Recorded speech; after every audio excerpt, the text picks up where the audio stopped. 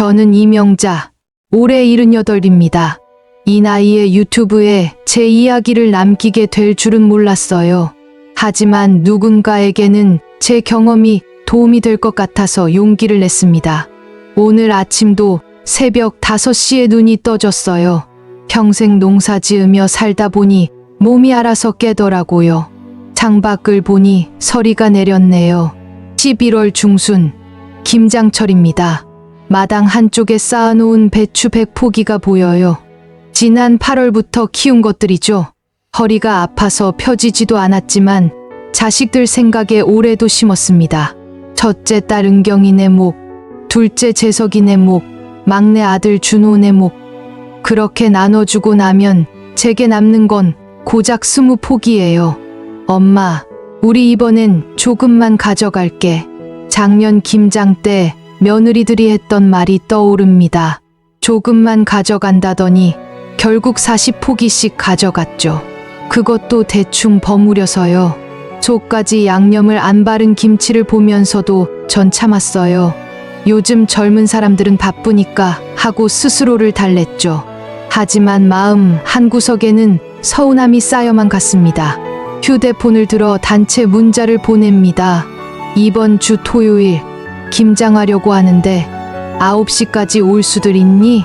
답장은 금방 와요. 모두 알겠습니다라고요. 하지만 전 알고 있어요. 자식들이 정시에 오지 않을 거라는 걸, 와서도 진심으로 돕지 않을 거라는 걸, 차가운 새벽 공기를 들이마시며 생각합니다. 올해가 마지막일지도 모르겠구나. 무엇의 마지막일까요? 김장의 마지막일까요? 아니면 이런 가족 모임의 마지막일까요? 그때는 몰랐어요. 오늘이 정말로 제 인생이 바뀌는 날이 될 거라는 걸요. 토요일 아침 9시, 마당에는 저 혼자예요. 테이블도 펼쳐놓고 배추도 씻어놓고 양념도 버무려 놨어요. 모든 게 완벽해요. 그런데 사람이 없네요. 9시 반, 큰아들한테 전화를 걸었어요. 재석아, 언제 오니? 어머니, 차가 막혀서요. 1시간 후에 도착할 것 같아요. 한숨이 나왔어요. 작은 아들한테도 전화했죠. 준호야, 너는? 어머니, 아이들 학원 보내고 가야 해서요. 12시쯤 갈게요. 토요일인데 무슨 학원인지. 말은 안 했지만 속으로 생각했어요. 딸한테도 전화했는데 답은 비슷했어요. 남편이 급한 회사 일이 있대요. 결국 첫 차가 도착한 건 정오가 넘어서였어요. 약속 시간보다 3시간이나 늦었죠. 어머니, 죄송해요. 길이 너무 막혀서. 큰며느리 유진이가 말했어요. 전 아무 말 없이 고개만 끄덕였어요. 하지만 제 눈은 차 안을 훑고 있었죠.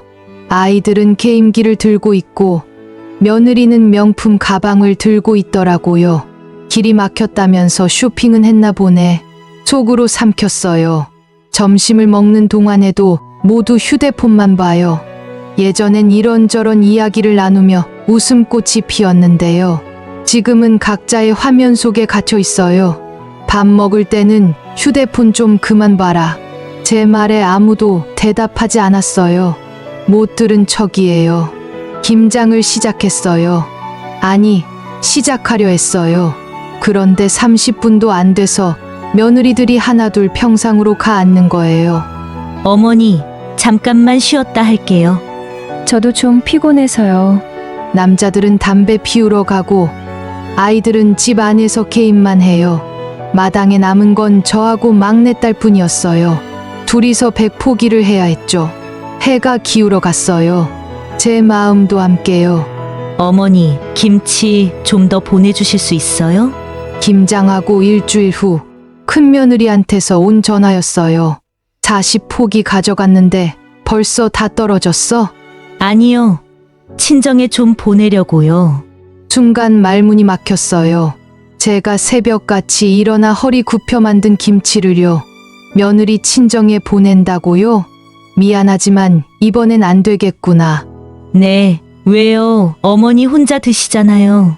전화를 끊고 한참을 멍하니 앉아 있었어요. 이틀 후엔 작은 며느리한테서도 비슷한 전화가 왔어요. 친정에 나눠주고 싶대요. 미안하다. 안 된다. 어머니, 인색하시네요. 인색이라는 말이 가슴에 박혔어요. 1년이 흘렀습니다. 다시 김장철이 왔어요. 어머니, 저희 올해는 20포기만 가져갈게요. 큰아들의 말에 전 알아차렸어요. 작년 40포기, 올해 20포기. 점점 줄어드는 숫자요. 하지만 그들이 원하는 건 그게 아니었어요. 김장 당일, 이번에도 똑같았어요. 늦게 오고, 대충 돕고, 저녁도 안 먹고 가버렸죠. 120포기 중 60포기만 가져가고 60포기는 제 몫이 됐어요. 혼자 앉아 남은 배추를 바라보며 결심했어요. 내년엔 달라야 해. 하지만 변한 건 없었어요. 3년째도 4년째도요. 어머니, 저희 올해는 김장 안 하려고요. 마트 김치가 더 맛있어서요. 큰아들의 말에 전 무너졌어요. 마트 김치가 더 맛있다고요? 40년을 손맛으로 빚어온 제 김치보다요? 그날 밤, 전 처음으로 울었어요. 대체 누구를 위해 이 고생을 하는 걸까요? 인정받지 못하는 헌신이 무슨 의미가 있을까요? 5년째 김장철이에요. 전 60포기만 준비했어요. 어차피 아무도 안 가져갈 텐데. 그런데 뜻밖의 연락이 왔어요. 어머니, 저희 올해는 꼭 갈게요. 첫째 딸 은경이, 둘째 재석이, 막내 아들 준호까지 모두 온다고 했어요. 전 의아했지만 마음 한편으론 기뻤어요.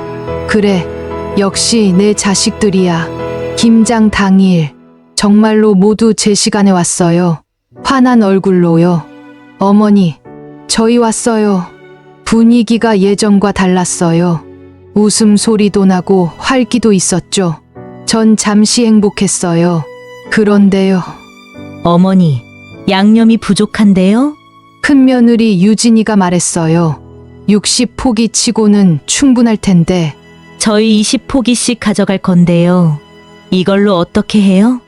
전 계산했어요. 20, 20 합치면 60포기예요. 그럼 나는? 어머니는 저희가 해드릴게요. 그런데 어머니, 작년에 담가 놓으신 김치 있잖아요. 그거 좀 주세요.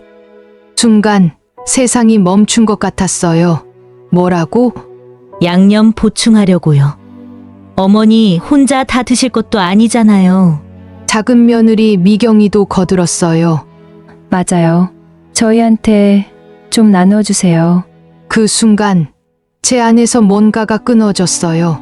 너희들 진짜 김장하러 온 거야? 아니면 내가 담가 놓은 김치 가져가러 온 거야? 침묵이 흘렀어요. 어머니, 사실은요. 김장이 너무 힘들어서요. 차라리 어머니 거 받아가는 게.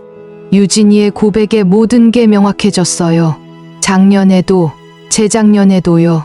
그들은 김장하러 온 게 아니었어요. 제가 미리 담가 놓은 김치를 가져가려고 온 거였죠. 점점 가져가는 양을 줄인 것도 다 계획이었어요. 저를 공짜 김장 노동자로 만들려는 계획이요. 올해 김장은 이걸로 끝이야. 제 목소리는 단호했어요. 작년 김치는 너희한테 한 포기도 안 줄 거야. 어머니, 농담이시죠? 진심이야. 너희가 직접 안 한 건 못 가져간다. 며느리들의 얼굴이 굳어졌어요. 어머니, 그럼 저희는 어떻게 해요? 너희가 알아서 해. 마트에서 사 먹든지 직접 담그든지. 어머니, 너무 하시는 거 아니에요? 작은 며느리 미경이가 목소리를 높였어요. 너무해? 너희가 나한테 한 짓이 더 하지 않냐? 전 지난 몇 년을 떠올렸어요. 새벽부터 밭에 나가 배추를 돌본 날들이요. 허리가 끊어질 것 같아도 참으며 버무린 김치들이요. 그 모든 정성을 당연하게 여기고 심지어 거짓말로 착취하려 한 자식들을요. 나는 곧 80이야. 80평생 농사 지으며 너희 먹이려고 허리 아픈 것도 참았어. 근데 너희는 그걸 당연하게 생각하고 거짓말까지 하면서 내 김치를 가져가려 했어. 아들들도 할 말이 없었어요. 그리고 앞으로는 명절에도 오지 마. 명절 음식도 이제 안 할 거니까. 어머니, 너희가 진심으로 반성할 때까지 최소한 1년 전 돌아섰어요. 뒤에서 며느리들의 항변이 들렸지만 듣지 않았어요. 그날 며느리들과 아들들은 화가 난 채로 떠났어요. 마당에는 저하고 딸 은경이만 남았죠. 엄마, 괜찮으세요? 응, 이제 괜찮아. 그날 밤 혼자 남았지만 전 이상하게 평온했어요. 억눌렀던 것을 터뜨리고 나니 오히려 후련했어요. 설날이 다가왔어요. 평소 같으면 며칠 전부터 준비에 여념이 없었을 시기죠. 떡국, 갈비찜, 잡채, 생각만 해도 손이 많이 가는 음식들이에요. 하지만 이번엔 아무것도 하지 않았어요. 어머니, 설날에 가도 될까요? 큰아들의 전화에 전 단호하게 말했어요. 명절 음식 없어. 오지 마. 어머니, 그래도 명절인데 내가 1년이라고 했잖아. 그동안 너희끼리 해봐. 전화를 끊었어요. 설날 아침, 집은 조용했어요. 예전 같으면 자식들 오기 전부터 부산하게 움직였을 텐데요. 이번엔 혼자 떡국떡만 조금 사서 끓여 먹었어요. 텔레비전에서는 가족들이 모여 웃고 떠드는 설날 특집이 나왔어요. 전 화면을 보며 생각했죠. 우리 가족도 저랬었는데 오후에 딸 은경이가 찾아왔어요. 음식을 만들어 가지고요. 엄마, 제가 할게요. 둘이서 떡국을 먹으며 물었어요. 동생들은 뭐라고 하니? 많이 속상해해요. 특히 재석이가요. 매일 전화해서 어떻게 하면 되냐고 물어봐요. 뭐라고 했어? 1년 기다리라고 했어요. 잘했어. 그날 저녁 은경이가 떠나고 혼자 앉아 있는데 눈물이 났어요. 외로워서가 아니었어요. 처음으로 저 자신을 지켜냈다는 뿌듯함의 눈물이었죠. 겨울이 지나고 봄이 왔어요. 밭에 나가 일하며 생각했어요. 올해는 뭘 심을까? 배추를 심지 않을까도 고민했지만 결국 심었어요.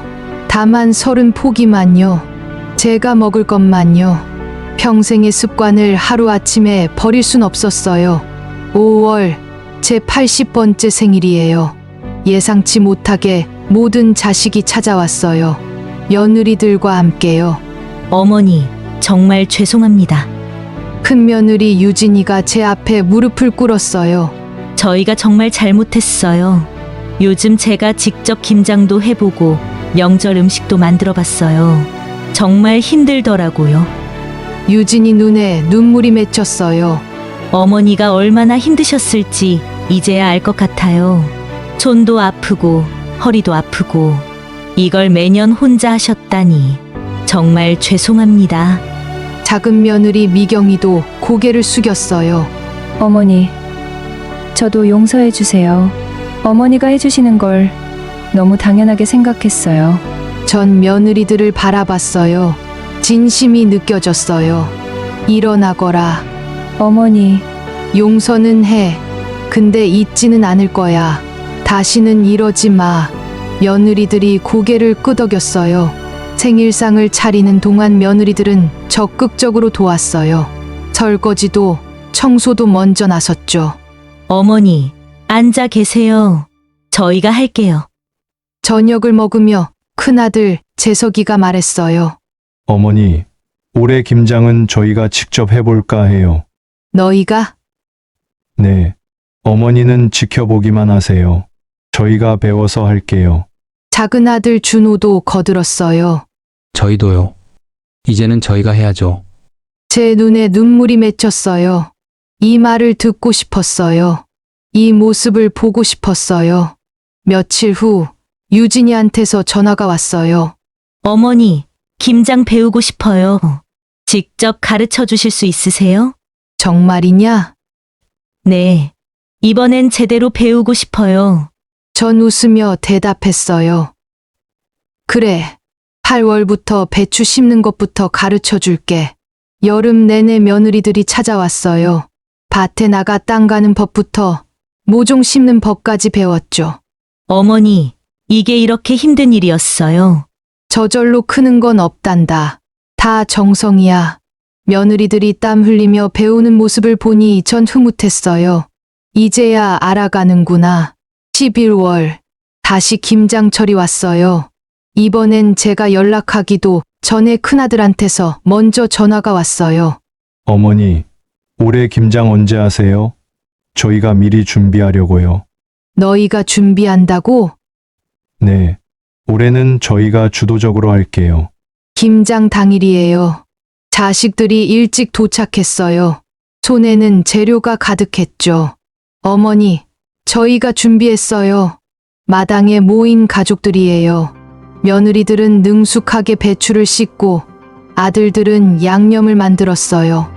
손주들도 작은 일들을 도왔죠. 할머니, 제가 이거 나를게요. 전 평상에 앉아 지켜봤어요. 서툴지만 열심히 하는 가족들이에요. 서로 웃으며 돕는 모습이요. 눈시울이 뜨거워졌어요. 어머니, 이거 이렇게 하는 거 맞죠? 그래, 잘하고 있어. 오후가 되자 김장이 끝났어요. 모두 땀을 흘리며 뿌듯해했죠. 어머니, 올해는 제대로 한 것 같죠? 그래, 잘했어. 저녁을 준비하며 유진이가 조심스럽게 말했어요. 어머니, 그동안 정말 죄송했어요. 김장 당일보다 준비가 더 힘든 걸 이제야 알았어요. 전 며느리의 손을 잡았어요. 이제라도 알았으니 다행이지. 식탁에 둘러앉은 가족들이에요. 예전처럼 웃고 떠들었어요. 하지만 뭔가 달랐어요. 예전의 웃음은 표면적이었다면 지금의 웃음은 진심에서 우러나왔어요. 할머니, 내년에도 이렇게 다 같이 해요. 손주의 말에 전 활짝 웃었어요. 그래, 그러자꾸나. 그날 밤 혼자 남은 마당을 바라보며 생각했어요. 1년, 길고도 짧았던 시간이에요. 상처받고, 분노하고, 결단하고, 기다렸던 시간이죠. 하지만 그 시간이 헛되지 않았어요. 가족이 진정한 가족으로 다시 태어났어요. 당연한 건 없어. 모든 관계는 노력이 필요해. 80평생을 살며 깨달은 진리예요. 늦었지만 이제라도 알았으니 다행이에요. 마당 한쪽 감나무에 홍시가 익어가요. 전 그 감을 맛있게 먹을 손주들을 떠올리며 미소 짓습니다. 올해 겨울은 외롭지 않을 것 같아요. 아니, 앞으로의 모든 계절이 그럴 거예요. 가족과 함께라면요. 여러분, 제 이야기를 여기까지 들어주셔서 감사합니다. 혹시 지금 비슷한 상황에 계신 분이 있다면 이 말을 전하고 싶어요. 참는 게 능사가 아니에요. 말해야 해요. 표현해야 해요. 가족이라고 해서 다 이해해 주는 건 아니에요. 때로는 단호해야 해요. 그게 결국 가족 모두를 위한 길이에요. 제가 80평생 살면서 배운 가장 큰 교훈입니다. 사랑은 당연한 게 아닙니다. 표현하고 존중하고 노력할 때 비로소 진짜가 됩니다.